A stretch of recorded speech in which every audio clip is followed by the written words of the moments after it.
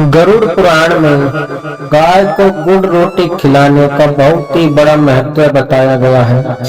कहा जाता है कि जो कोई इंसान गाय को गुड़ और रोटी खिलाता है उसके पुण्यों की सराहना नहीं की जा सकती, क्योंकि उसको अनंत पुण्य की प्राप्ति होती है।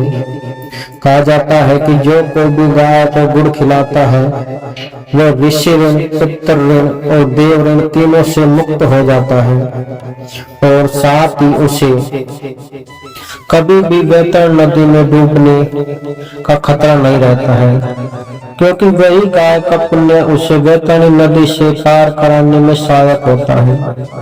कहा जाता है कि गाय को गुड़ रोटी खिलाने से माता लक्ष्मी उनसे कभी नाराज नहीं रहती है। सभी देवी देवता उस पर हमेशा प्रसन्न रहते हैं। सभी यज्ञों का फल उसे स्वतः ही प्राप्त हो जाता है। और कहा जाता है कि गाय को गुड़ रोटी खिलाने से वह इंसान कभी भी ग्रह दोष से पीड़ित नहीं होता है। और जो कोई भी गाय को गुड़ रोटी खिलाता है, कहा जाता है कि उसके जीवन में यदि कोई अकाल मृत्यु का योग बना हुआ है या काल सर्प दोष है तो वह स्वतः ही नष्ट हो जाता है और उसके जीवन में आने वाली भयानक बीमारी और छोटे रूप में उसके पास आती है। कुछ ही दिनों में वह छोटा रूप धारण कर समाप्त हो जाती है। कहा जाता है कि गाय को निरंतर प्रतिदिन गुड़ रोटी खिलाने से हमें अक्षम्य और अनंत पुण्य की प्राप्ति होती है और मनुष्य अपने प्रारब्ध के कर्मों को मिटाने के लिए भी गाय को गुड़ रोटी खिला सकते हैं।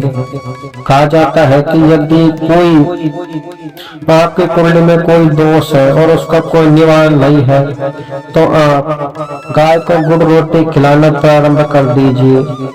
आप देखेंगे कि आपके जीवन में इतने परिवर्तन होने लगेंगे कि आप कुछ सोचने लगेंगे कि यह भला कैसे हो गया।